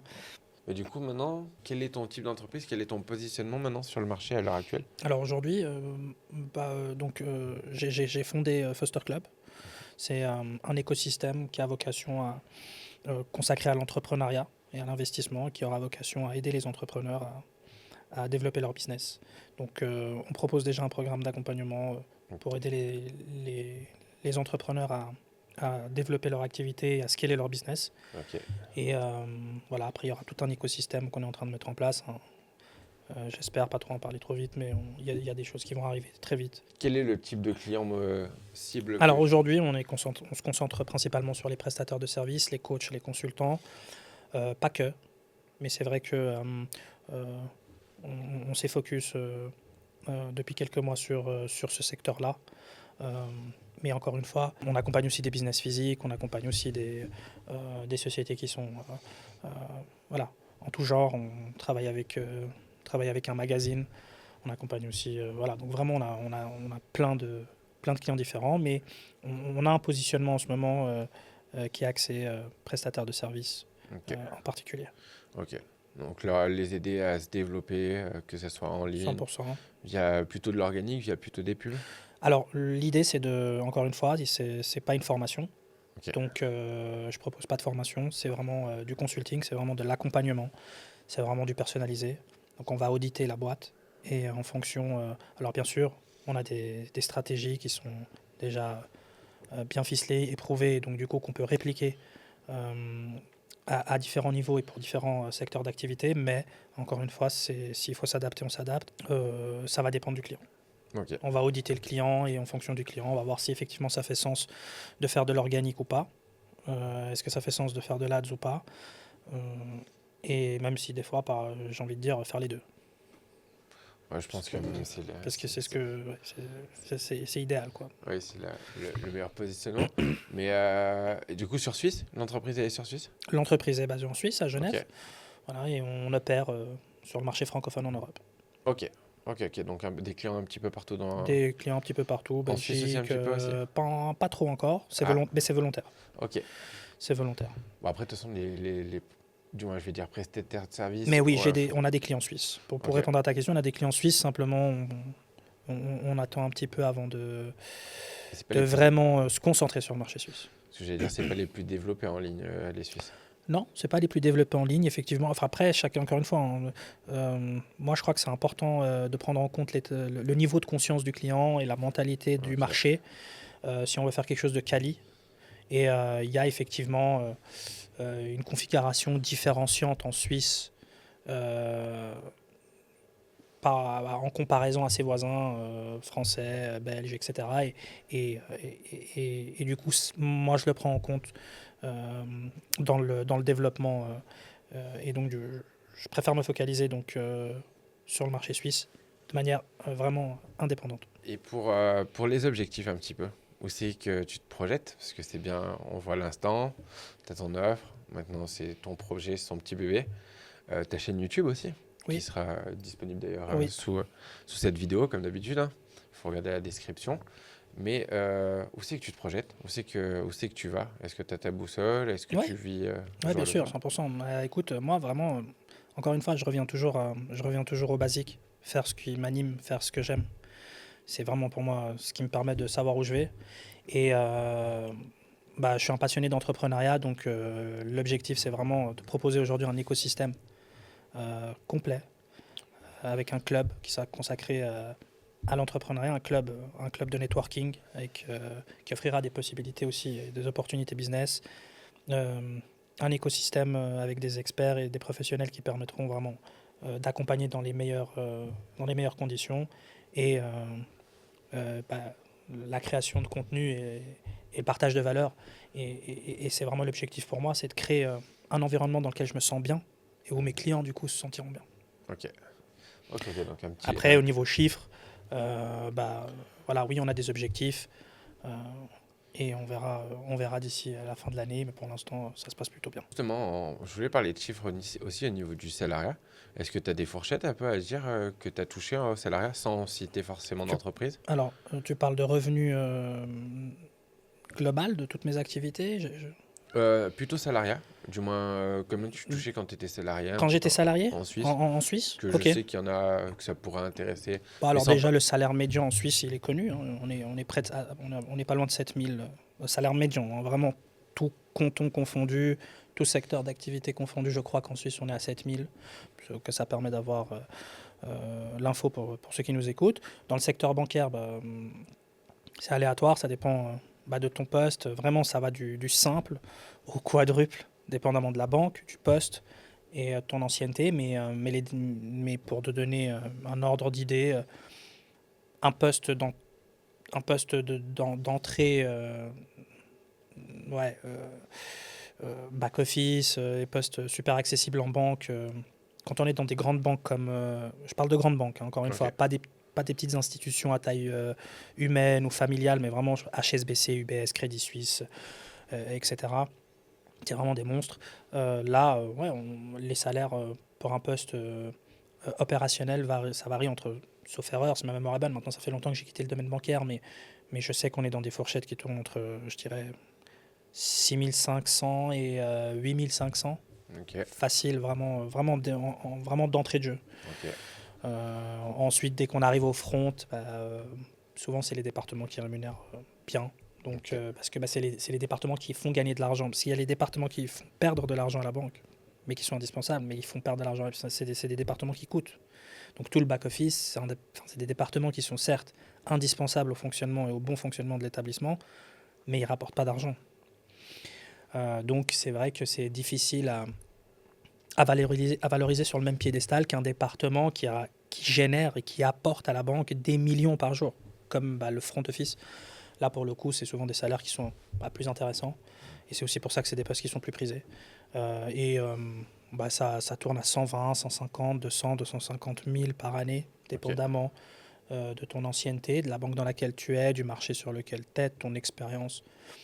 Et puis, comme c'est du front, c'est des revenus euh, avec souvent des bonus en fonction de tes performances. Donc tu as, t'as ton salaire fixe et tu as chaque année des bonus en fonction de tes résultats. ok, ok. Donc oui, ça a l'air déjà plutôt intéressant parce que j'ai pas eu trop de personnes. Ah si, j'ai eu Mathieu en banque aussi. Mais au moins, ils peuvent avoir un peu des idées, parce qu'il y en a, hein. J'en ai dans mes accompagnements, j'en ai dans mes abonnés qui m'envoient des messages. Toujours intéressant. Pour te donner un ordre d'idée, j'avais une collègue qui a travaillé avec moi chez UBS. Pour le coup, elle était gestionnaire sur le desk. Je ne sais plus sur quel desk elle était, mais on était collègues pendant la première année où je suis arrivé chez UBS. Et cette même collègue est partie dans une autre banque privée pour faire la même chose que ce qu'elle faisait chez UBS. Et son salaire a triplé pour faire la même chose. Alors oui, après encore une fois, tout est à un contexte, il faut relativiser, etc. Mais vraiment, ça donne vraiment le contexte dans Ouais, lequel effectivement ça peut vraiment varier du simple au triple. Pour le même poste, d'une banque à l'autre, ça dépend d'énormément de choses. j'ai déjà vu des retours. Alors, Ah, pas du vraiment. triple, mais j'ai déjà vu du C'est une collègue double. avec qui j'avais gardé contact. Et quand elle m'a dit, mais écoute, je fais enfin, voilà, j'ai signé pour le même poste. Alors oui, je fais pas tout à fait la même chose, mais je signe pour le même poste. J'étais engagé en qualité gestionnaire de fortune sur un marché quasi similaire. Et on a multiplié par 3 mon salaire. Par 3. Donc, on ne parle pas de Ouais, salaire ouais. c'est pas des salaires à 60 ou 70 000 francs. Elle était déjà à plus de 120 000 par année. Donc, ça faisait tourner la tête, quoi. Puis on n'a Ok. même plus envie d'être indépendant. Ouais, bah là, du coup, Avec non. un salaire à presque 1 demi-million par année, pas tout à fait, mais avec les bonus, on se rapproche, quoi. Ouais, bah surtout que sans les contraintes du moins de l'entrepreneur. Hein. Donc, vraiment, ça dépend de plein de choses. Ça dépend de Ok, plein de choses. ok. Non, mais c'est intéressant. Au moins, ils voient. Ils ont une vision aussi. Mais c'est un domaine qui paye très bien. Le secteur bancaire en Suisse, Ouais. ça paye super bien. Pour toi, c'est quoi les secteurs qui payent le mieux en Suisse? Alors, je ne suis pas expert, Non, mais je juste n'ai pas cette d'instinct. prétention, mais par contre, alors indéniablement, on a le secteur de la finance, Mhm. qui pour moi, c'est pas pour moi, hein, mais clairement, qui vient se hisser dans le top 3. Et pour le coup, j'ai une vraie expérience, que ce soit dans le domaine bancaire, même dans le domaine des assurances. Et dans le domaine des assurances, et je fais pas allusion au courtage en assurance, il n'y a rien de péjoratif dans ce que je dis, mais simplement je fais allusion aux acteurs majeurs de l'assurance et de la réassurance, par exemple. Et là, pour le coup, en Suisse, on a voilà, ils sont tous là. Il y a Ré Suisse, il y a AXA, Oui. et là, il y a des conseillers euh, qui font des revenus, mais qui sont mirobolants. Ça fait tourner la tête. Ah, même dans la santé. Et moi, j'avais mon meilleur ami qui était dans le domaine des assurances pendant longtemps. Pendant que moi, j'étais en banque, il gagnait mieux sa vie que moi. Même dans la santé, moi, je sais plus, chez Assura, j'ai vu des beaux salaires passer Ah ouais, non. juste pour de la santé, alors que la santé est obligatoire en Ouais. Suisse, la mal, notamment. Alors, c'est bien sûr, c'est pas représentatif et ça correspond pas à tous les postes en assurance, pas que les gens se ruent à postuler chez les assurances pensant qu'ils vont gagner, mais vraiment, c'est très courant qu'on retrouve des salaires de 20, 25 par mois. Ça monte jusqu'à 30 facile, hein, sans forcer, dans le domaine de la prévoyance, chez certains acteurs. Ouais, j'en ai Voilà. vu des beaux salaires. Donc ouais, vraiment, la finance en Suisse, c'est rémunérateur. Et bah, moi, j'aime bien demander aussi à tous mes intervenants, dans ta vie et dans l'entrepreneuriat, en 2 temps, quels ont été tes plus grands défis? Dans la vie et dans l'entrepreneuriat. Ouais, en 2 temps. Dans la vie, euh,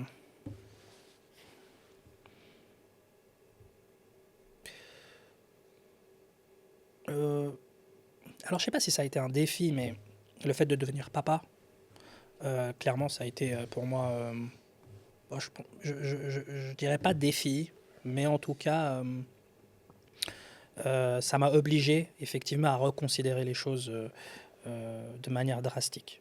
Puisque encore une fois, moi j'ai eu une adolescence mouvementée. J'étais quelqu'un qui a fait beaucoup de bêtises et donc voilà, j'avais un environnement qui est on n'aurait pas parié, on n'aurait pas parié cher sur moi à l'époque. Et c'est vrai que quand je deviens papa, c'est là du coup, il y a tout ce mécanisme qui se met en place où réellement je me dis bon, bah, si j'hésitais encore, bah, j'ai plus le choix. Donc voilà, pour répondre pour le côté perso. Et puis pour le côté professionnel, le défi majeur pour moi, c'était de me lancer en 2016.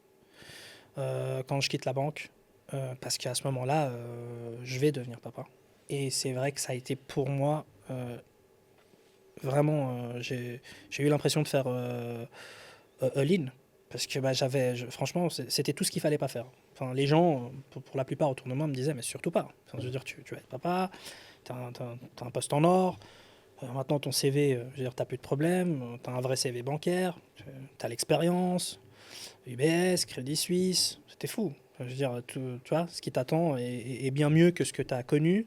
Tu restes tranquille à ton poste de boulot, tu vas gagner plus de, tu vois, de 120, 150 000 francs par année, sans forcer.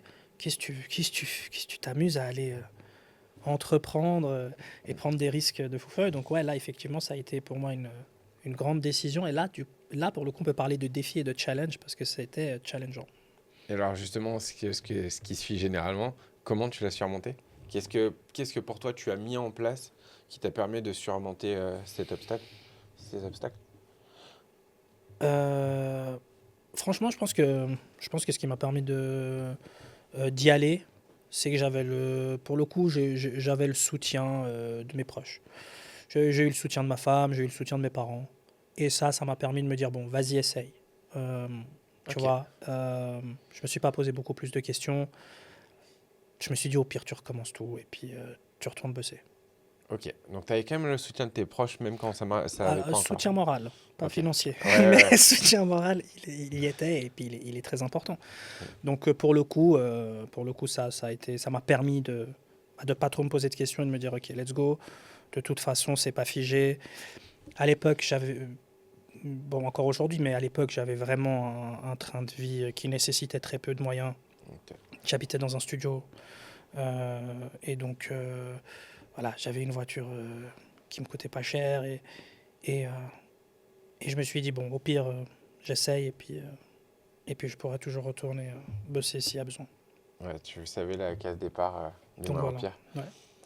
Et bah, moi, j'aime bien un petit peu finir nos interviews par deux petites questions intéressantes. Mais quel conseil tu donnerais à des gens qui veulent, bah, déjà dans un premier temps, elle va être en deux temps cette question parce que bah, tu as une double expertise, mais des gens qui voudraient venir en Suisse déjà pour s'intégrer dans ce magnifique pays.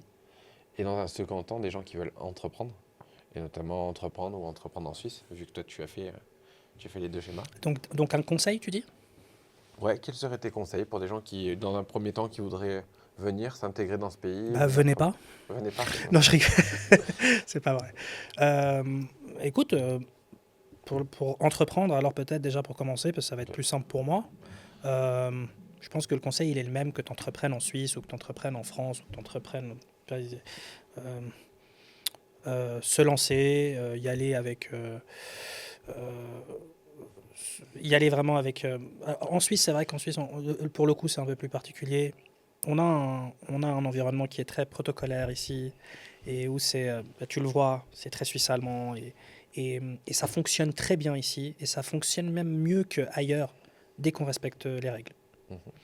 Dès qu'on respecte les règles en Suisse, dès qu'on maîtrise dès qu'on maîtrise les codes, la loi, qu'on la respecte et qu'on fait les choses dans les règles, bah franchement, effectivement, c'est une opportunité, ça peut même devenir un Eldorado.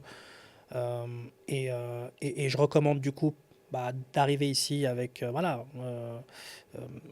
bah, en se faisant accompagner déjà Ok.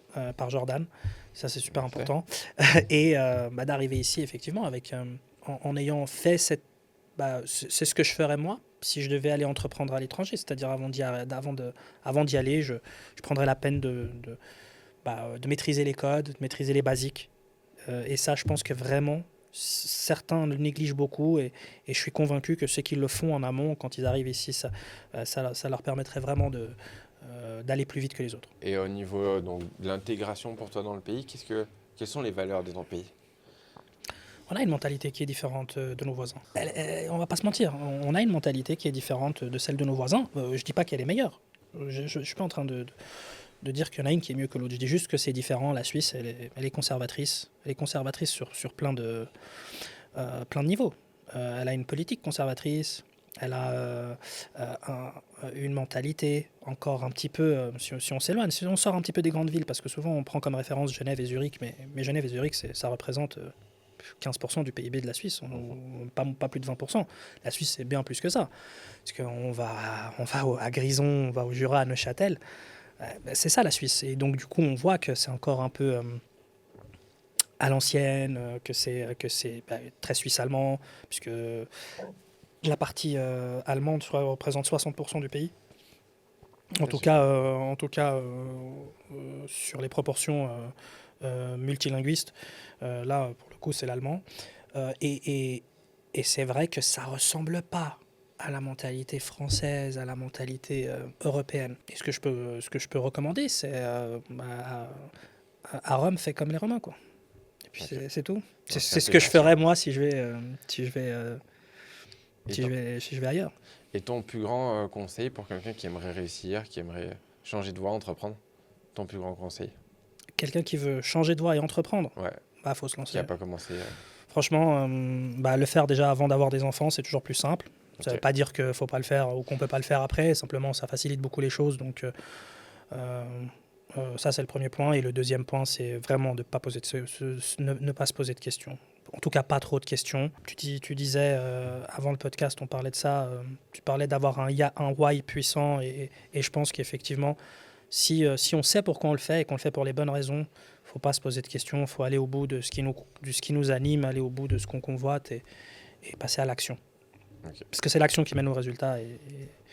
Et ça, il n'y a qu'en le faisant qu'on saura si on a bien fait de le faire ou pas. Faut pas trop réfléchir. Faut pas trop réfléchir, faut y aller et rectifier le tir au fur et à mesure et pas chercher à ce que ce soit parfait avant d'y aller, parce que ça, c'est une erreur que moi j'ai beaucoup faite. Donc du coup, pour le coup, je le dis pas pour faire joli, mais ça a été un de mes problèmes à moi. J'étais le perfectionnisme, ça tue l'entrepreneur. Ça, c'est très, très, très bien dit. Mais vraiment, C'est vrai qu'il y en a beaucoup qui... si tu veux être perfectionniste, sois artiste, tu vois, mais si tu veux être entrepreneur... agit et perfectionne au fur et à mesure le process. Exactement. Et j'aime bien, pour finir sur la dernière petite question qui m'intéresse beaucoup, c'est quelles sont tes sources d'inspiration, d'éducation, du moins. Est-ce que tu es un lecteur? Est-ce que tu regardes peut-être des podcasts? Où vas-tu te documenter? J'aime bien demander à chacun une ou deux sources ou un ou deux livres. Je suis pas un grand mangeur de livres, mais je lis les classiques. Je suis passé par les classiques. Ça m'a beaucoup apporté. Père riche, père pauvre, Manipulation. L'art de la guerre, je l'ai pas fini, mais voilà. J'ai lu Les Américains. J'ai commencé Secret, le livre de Russell Brunson, je crois que c'est. Secret. Ouais, exactement. Donc. Et il était traduit en français, je suis. Moi, je le lis en français, là, Ok, pour le coup, ouais. moi. Pour le coup, je le lis en français. Donc ouais, ça c'est super important, parce que je pense que c'est super important de voir ce que nos prédécesseurs ont fait, puisque vraiment, là, pour le coup, il y a vraiment beaucoup de valeur. Et je consomme...